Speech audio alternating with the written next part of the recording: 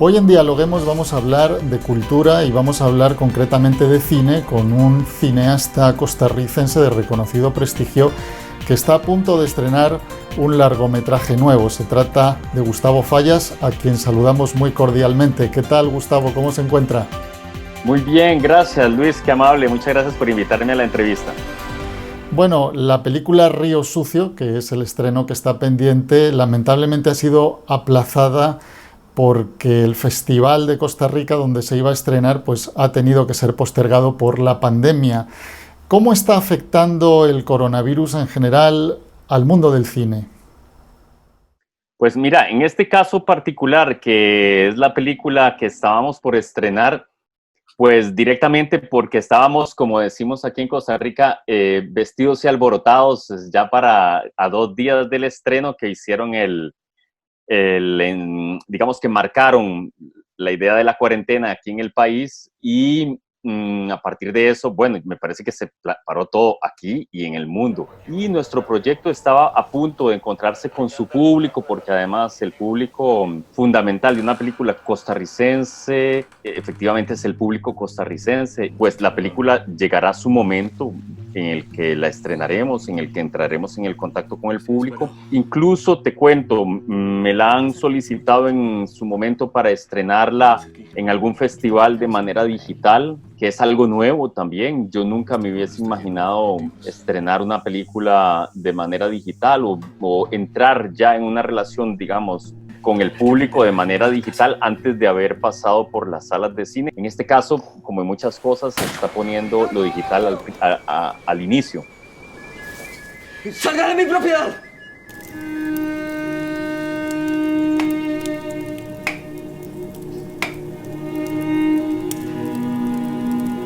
Vamos ya.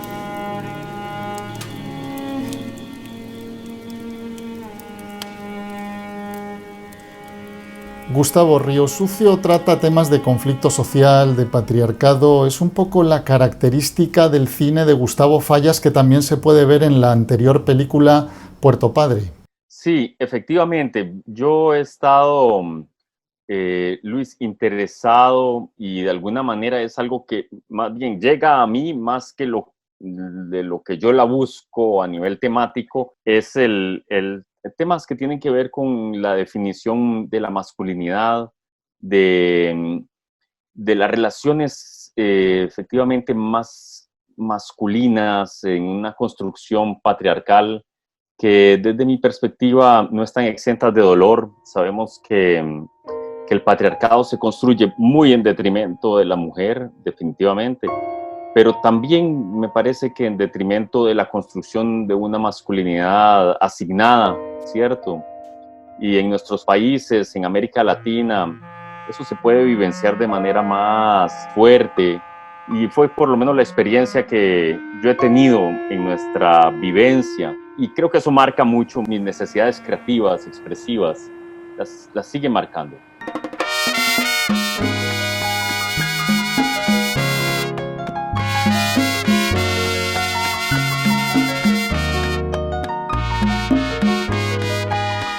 Como que un cliente. Sí, Daniel, esta es la vida real. Aquí los hombres vienen y pagan por coger. Hemos hecho alusión antes a la pandemia, la gente se queda en casa, ve más películas. ¿Puede ser un elemento transformador de la sociedad el cine y para el propio cine? ¿Saldrá más fortalecido? ¿Cómo ve usted el futuro del séptimo arte? Yo creo, Luis, que el cine seguirá existiendo, la pantalla cinematográfica seguirá existiendo. Tal vez no será lo que fue en los años 50 del siglo pasado, por supuesto, ni siquiera los del inicio de este siglo. Pero va a ocupar un lugar, seguirá ocupando un lugar porque, por ejemplo, yo lo pienso, para mí, el hecho, el acontecimiento de ir al cine, de salir, de encontrarme en una sala oscura, de observar la película en su máximo esplendor y al mismo tiempo con el audio, etcétera, en la sala, para mí eso es absolutamente necesario. Yo creo que eso no se puede sustituir, ¿sí? Eh, Creo que hay un consumo de películas que se puede hacer por internet, etcétera. Muchas, incluso la gente accede a archivos de películas muy recientes. que está limitado a unas pantallas de unas características, la característica de la pantalla que tengas, ¿no? Y el sistema de audio que tengas, eso me parece que es particular. Y luego el televisor, que sí efectivamente reúne a las familias, ocupa ese lugar como un poco más de espectador tradicional, sí, que estás en una relación como de distancia con respecto al objeto, todo eso que ya se ha hablado en algún momento y que efectivamente yo creo que está limitado por el consumo al que tenemos acceso, que es el que plantea don Netflix y don HBO y que te dicen, bueno, esto es lo que sería bueno que usted vea a partir además de los nuevos elementos de datos, de algoritmos, etcétera, todo eso. Me parece interesante cuando, por ejemplo, pienso en Río Sucio, para retomar la idea de Río Sucio, pienso en Río Sucio y pienso en cómo lanzarla al mundo. De pronto te da la sensación de que la lanzas y que podría como desaparecer en una especie de madeja de cosas, de todo, ¿no? Cómo darle un lugar, el lugar adecuado, para que se encuentre con el público adecuado, con su público. Eso me parece que es particular. Yo creo que yo soy el público de unas películas y creo que para esta película en particular también hay un público. Creo que lo interesante es hacerlo coincidir. Y creo, sí, que el Internet y que los datos y que todo esto que estamos viendo y viviendo en este momento nos ayuda quizás por diferentes motivos a encontrar los públicos. Ojalá que sea así. Gustavo, se ha hablado mucho en los últimos meses de una ley de cine que la cinematografía costarricense reclama, que ayudaría a esta industria.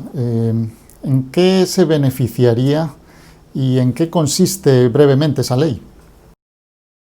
Sí, mira, la aprobación de la ley de alguna manera manifiesta una voluntad política de que el cine y el audiovisual como tal es importante para el país.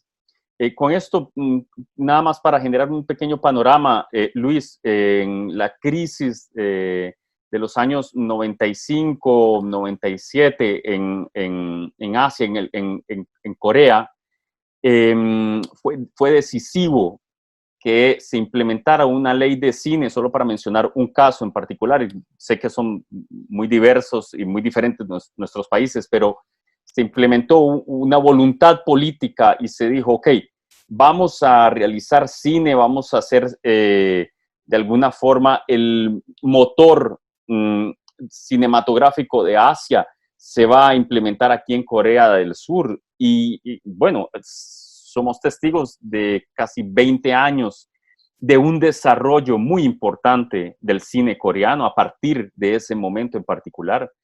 Y con el resultado extraordinario, por ejemplo, del triunfo en la película de los Óscares el año pasado, o fue este año con Parasite, ¿cierto? Lo más importante de esta voluntad política es que deja de ser la voluntad de unos cuantos cineastas que a partir de su entusiasmo, a partir de cierto acceso a ciertos fondos, logran ocasionalmente hacer una película, para convertirlo de alguna manera en un elemento mucho más constante, que haya un dinero con el que los emprendedores, los productores cinematográficos pueden contar para empezar sus proyectos, para desarrollar sus proyectos, para llevar a cabo sus proyectos y para terminarlos. Y luego un dinero también y una voluntad nuevamente política para la promoción del cine como tal, de este cine que es un cine nacional. Ya Costa Rica, en el recorrido de estos 20 años que yo recuerdo, hemos tenido el desarrollo de una cinematografía que pasó de estar prácticamente invisibilizada en el concierto de las cinematografías internacionales a ocupar lugares importantes. Incluso el año pasado una película estuvo nominada al Goya, El despertar de las hormigas. Ahora hace poco acaba de ganar un premio importante en el Platino. Definitivamente, en un mundo que es audiovisual, como lo hablábamos ahora, donde la gente está pasando la mayor parte del tiempo en Internet o en Netflix o en sus canales, etcétera, o que tiene acceso a piezas cinematográficas, la imagen de un país, las historias de un país son fundamentales porque permite que el mundo comprenda cómo comprendemos nosotros el mundo. Y eso definitivamente cuando lo piensas y cuando lo pensamos, por ejemplo, yo creo que lo que yo conozco de Corea lo conozco a través de su cine. Sí, ahora conocimos Parasite, que fue extraordinario para el mundo entero, con unas taquillas extraordinarias. Lo que conozco de Irán, y que por suerte estoy siempre pensando que ojalá que no se produzca una guerra de ciertos tipos, con unas características que pudieran eliminar a una población que ha aprendido a querer por sus historias, por el cine, por la poesía de su cine. Entonces, definitivamente, en el día de hoy, tener una cinematografía robusta es un poder blando, pero es un poder muy fuerte. Y a un país como el nuestro le conviene tener una cinematografía cada vez más robusta. Gustavo Fallas, muchas gracias por compartir estas valiosas reflexiones y habernos atendido. Muchas gracias, Luis, qué amable de tu parte. Y bueno, cuidémonos, ¿no? Ahora espero que nos podamos encontrar en el cine pronto. Claro que sí, esperamos ver pronto el estreno de esa película Río Sucio. Gracias por su tiempo. Esperamos que hayan disfrutado estos minutos con Gustavo Fallas y sigan atentos a Dialoguemos porque seguiremos hablando de cultura.